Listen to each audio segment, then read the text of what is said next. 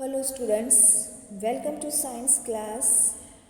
In previous videos we have learned about different method of separation of substances. In this video also we'll learn about some more topics of the lesson, separation of substances. So let's begin chapter 5, separation of substances, part 5.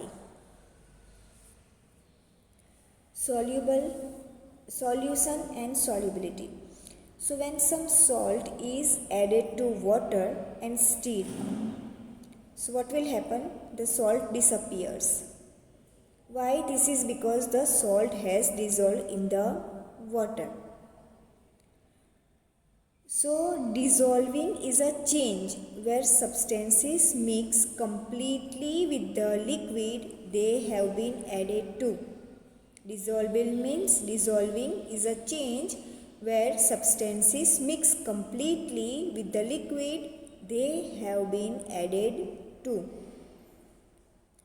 So here not all substances dissolve in water, only some substances such as salt and sugar dissolve in water. So they are known as soluble substance.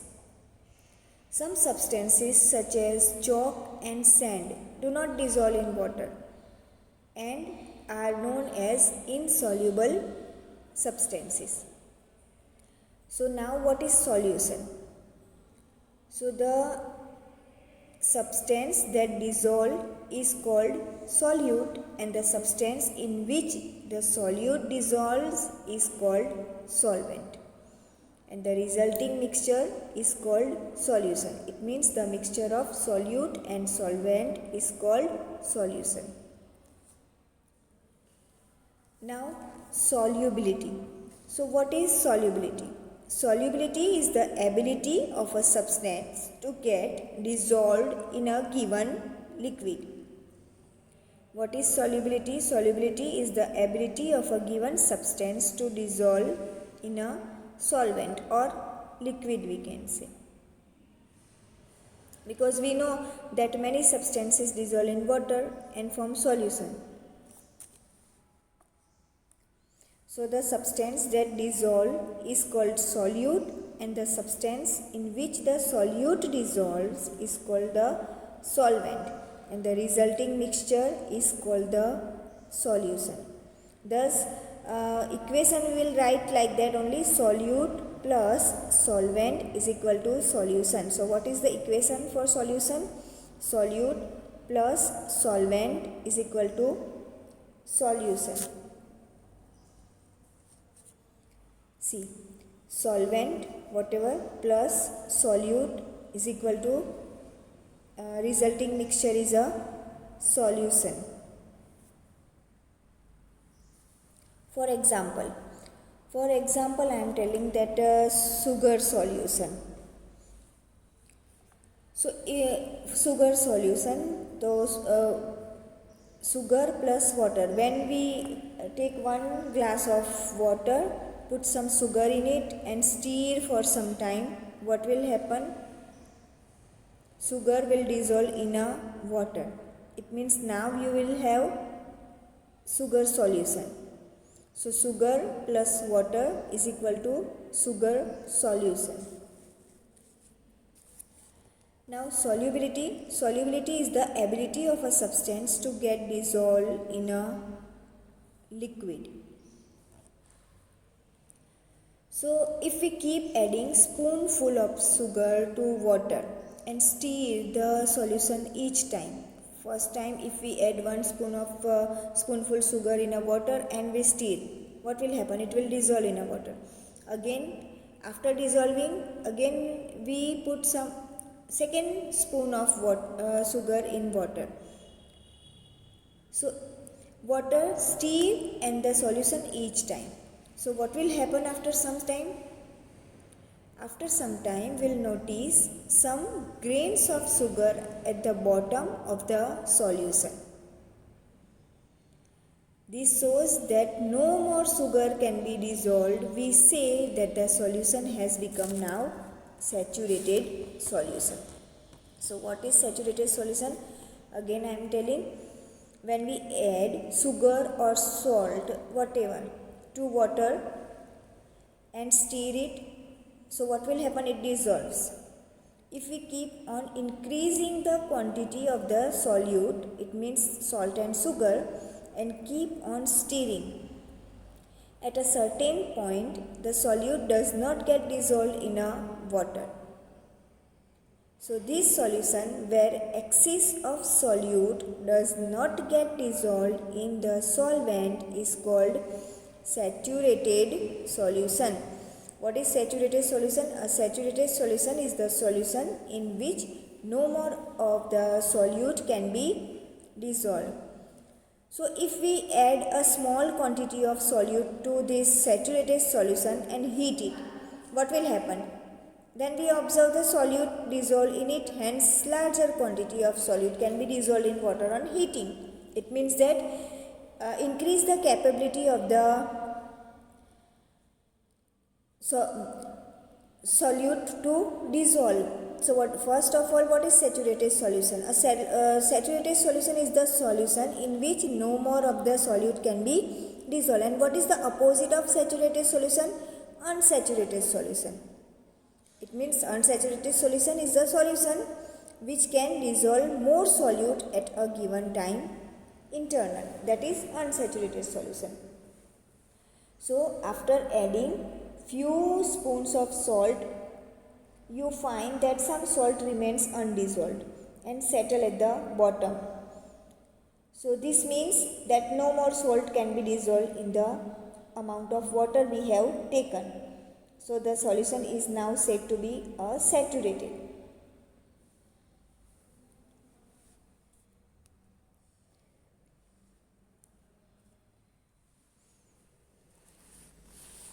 So but what if the heat the solution? Here as one thing I told you, that if we add a small quantity of solute to this saturated solution and heat it, so what will happen if we heat the solution? Can we then dissolve that extra sugar or salt present in the saturated solution? Yes, we can increase the solubility of the solute by heating the solution. So the quantity of a substance that can dissolve in hot water is much more as compared to that in cold water. Why we can increase the solubility of a solute by heating the solution? Because the quantity of a substance that can dissolve in hot water is much more as compared to that the cold water. So this way many things are there, many factors are there that affect the solubility of a solute. For example, stirring, sometimes solute if it is in powdered form, then also we can increase the solubility. So when sugar or salt is added to water, it dissolves in a water fully. This means that salt and sugar are soluble in water. Here water is called the solvent, and substance like sugar or salt which dissolve in water are called that solute, and that given mixture is a solution. So for that I am telling one activity. Take some water in a beaker and mix salt in it until it cannot dissolve any more salt. It means you keep on adding spoon of salt in water only. This will give you saturated solution of salt in water. Now add a small quantity of salt to this saturated solution and heat it. Now solution is saturated, so now if we add some more amount of salt in it, it will not dissolve. But heat this saturated solution. What do you find? What happens to the undissolved salt in the bottom? So does it dissolve? Yes, it will dissolve. Why? Because we give heat to that solution. It means heating increase the solubility of a substance. So the activity suggests that larger quantity of salt can be dissolved in water on heating. Second activity. Now take 2 glasses and pour half a cup of water in each of them. Add a teaspoon of salt to 1 glass and stir it, and the salt dissolves. Go on adding salt 1 teaspoon at a time till the solution saturates. Now record the number of spoons of salt that dissolve in a water. So this way you can do this activity with salt. You can do this activity with sugar also. It means you can take different types of substances and you can note the number of spoons of substances that dissolve in water. So we also learn that solution is prepared by dissolving a substance in a liquid. A solution is said to be saturated if it cannot dissolve more of the substance in it. It means a solution is said to be saturated if it cannot dissolve more of the substance in it. So student, here our lesson separation of substance is over. Now what we have learned in this lesson, first about churning. We have learned about churning, then we have learned about hand picking, whatever impurities or we pick by our hand, it is hand picking. Then we learn about threshing, the process of beating harvested crops to separate seeds from the stalk is called harvesting. Definition of harvesting: the process of beating harvested crops to separate seeds from the stalk is called harvesting. Is called threshing.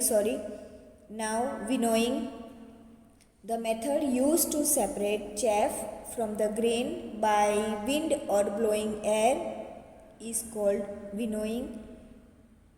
Sieving, sedimentation: the process of separating insoluble solids suspended in a liquid by allowing them to settle down is called sedimentation. Then decantation: the process of pouring out the clear upper liquid without disturbing the sediments is called decantation. Then filtration: the process by which an insoluble solid is separated from a liquid by passing the mixture through a filtering device is called filtration.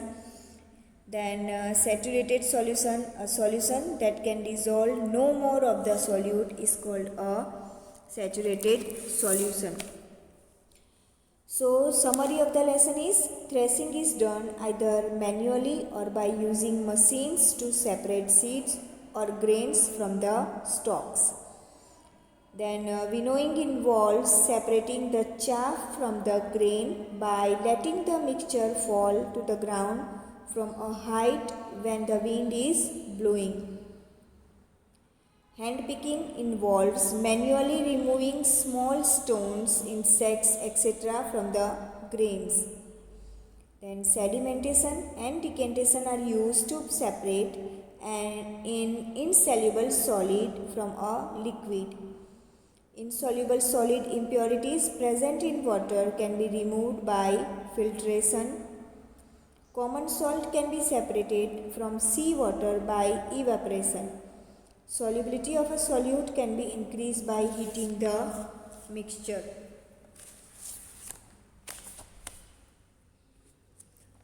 Hand picking, winnowing, sieving, sedimentation, decantation and filtration are some of the methods of separating substances from their mixture. Then husk and stones could be separated from grains by hand picking.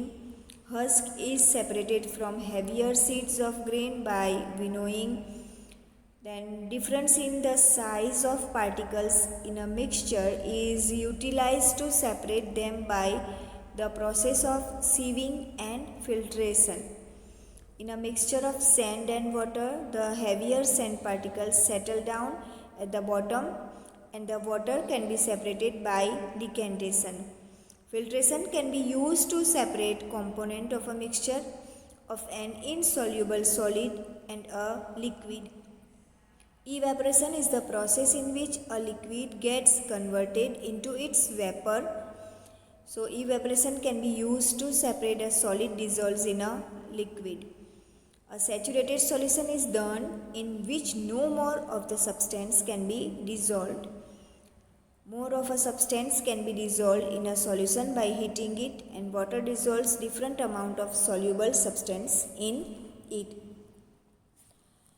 So this lesson is completed. Now hopefully we'll meet you soon with the next lesson. Thank you.